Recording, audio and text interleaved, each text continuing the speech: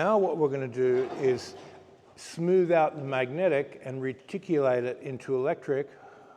So whatever he gives is what he gets. I'm not adding anything to it. You can go magnetic, electric, and fire a huge amount of your own mass and force and energy through your partner. That will develop something different. If it's, this is how much he gives me, and then I magnetically draw on that and I give it back, it's a reflection of his stuff. I'm just using the magnetism to draw the balance out and put his energy back in the gap. Now, if he gives me a bit more, then there's a bit more that comes back, and so forth. And you can guide the direction of it. Because the force has this direction in it, he's going that way. But I can just send it straight back if I want.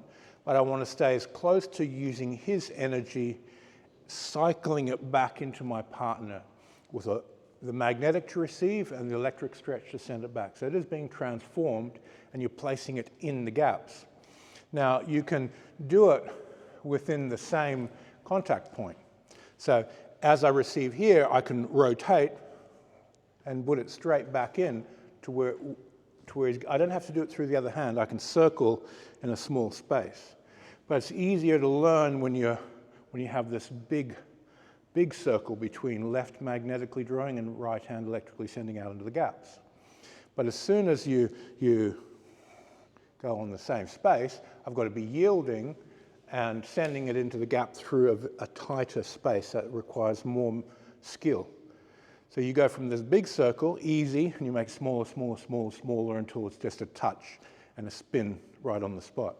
The key is not to go like this, but to go like this. So as you're receiving, you're sending out simultaneously when you make the circle small. What a lot of people do is they'll pull back and then they'll bring it back again. It's already too late. You're going to be pulling back and sending in at the same time. So you're turning a wheel.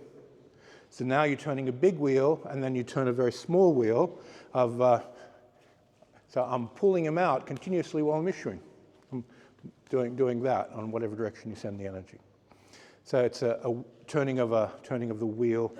Big wheel's easy to learn, and then it increases complexity and skill in the joints as you make the wheel smaller as you turn it. Avoid doing the 1 and 2. There's just one. It's continuous and everything's moving.